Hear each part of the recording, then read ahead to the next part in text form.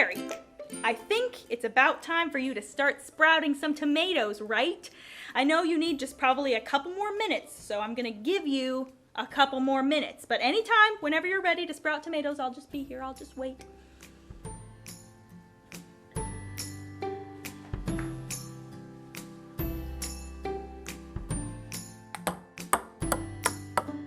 You were supposed to hit it. Waiting on tomatoes, hashtag.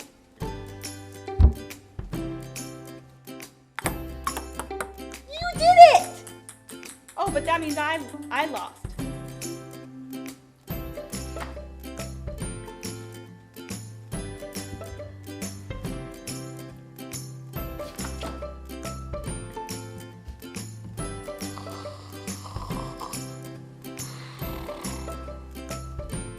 I challenge you to a duel! Yeah. Hey. Oh. Yeah. Woo. Ah. Hey, Jerry. Wait a minute. What? Where's Lana? We were supposed to film an H2O Kids video today. Oh, well, that's kind of a bummer. I guess I'll just go home. Hey, Nolan. Oh, What's up? hey, Lana. Hi. Hey. Why are you upset? Well, I just got here and I saw Jerry alone and Jerry. I thought something horrible happened to you. Jerry was just pulling a prank on you, I'm sure. Jerry. Well, see, I was waiting for Jerry to sprout tomatoes. I was waiting and waiting and waiting and waiting and waiting forever and ever and ever, so I decided to take a break. Really? How long were you waiting? Probably like 48 hours. It was 5 minutes, Lana. Literally 5 minutes. Oh. Why don't things ever happen when I want them to happen? Why do I have to wait? Well, Lana, I think the thing that you need to learn here is patience. Patience? Yeah, that's right, patience. In fact, patience is our fruit of the Spirit that we're going to be talking about today. Patience is the power to handle something or endure, which means to deal with it for a while without complaining. God sometimes teaches us patience by making us wait for things. Oh, okay. So like Christmas or waiting for a vacation or tomatoes. Yeah, exactly. The Bible gives us many great examples of people who've learned patience. Today, we're going to learn about a husband and wife combo, Abram and Sarah. They weren't perfect people, and they certainly weren't perfectly patient, but God used circumstances in their life to teach them that He had a great plan for their life. They just needed to wait. So let's hear the story of Abram and Sarah. Abram was a faithful man who believed in God and loved Him. He served God, and this pleased God. Abram was married to Sarah, and what they both wanted greatly was to have children and be parents. Because of his faithfulness, God made a promise to Abram that he could have the land of Canaan for him and all of his descendants. Let's read about this in the Bible. In Genesis 17, verses 1 through 6, it says, "When Abram was 99 years old, the Lord appeared to him and said, 'I am El Shaddai, God Almighty. Serve me faithfully and live a blameless life. I will make a covenant with you, by which I will guarantee to give you countless descendants.' At this, Abram fell face down on the ground. Then God said to him, 'This is my covenant with you. I will make you the father of a multitude of nations. What's more, I am changing your name. It will no longer be Abram.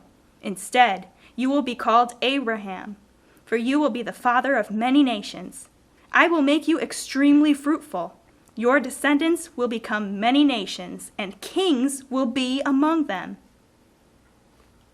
So, God made a covenant, or promise, with Abram, now called Abraham. But Abraham had no children. To have many descendants, one must have children. But God promised, and Abraham believed Him. Abraham and Sarah were not perfect at waiting. In fact, when they heard of God's promises for them, they tried to take matters into their own hands and make things happen for themselves. Instead of waiting on God's good plan, they decided to use manipulation, and Abraham had a son with a servant named Hagar. Their son was named Ishmael, and he was raised by Abraham and Sarah. They believed that God would bless them through this son, but God had different plans. In Genesis 17, 16 through 19, it says, "Then God said to Abraham regarding Sarah, I will bless her and give you a son from her. Yes, I will bless her richly, and she will become the mother of many nations. Kings of nations will be among her descendants." Then Abraham bowed down to the ground, and he laughed to himself in disbelief. "How could I become a father at the age of 100?" he thought. "And how can Sarah have a baby when she is 90 years old?" So Abraham said to God, "May Ishmael live under your special blessing." This is where God explained to Abraham that Ishmael would be blessed and have many descendants, but he would not be the one to be Abraham's heir and receive the special blessing. God was going to perform a miracle in Abraham and Sarah's life. They just needed to be patient and wait for it. And wait they did. When they waited for God's plan and God's timing, they were sent a son who received all of the blessings that God promised. In Genesis chapter 21, verses 1 through 3 and 6 through 7, we read, "The Lord kept his word and did for Sarah exactly what he had promised. She gave birth to a son for Abraham in his old age. This happened at just the time that God said it would. And Abraham named their son Isaac. And Sarah declared, 'God has brought me laughter. All who hear about this will laugh with me.' Who would have said to Abraham that Sarah would nurse a baby? Yet I have given Abraham a son in his old age." So Sarah and Abraham illustrate for us the need to wait for God's perfect timing and the need to be patient.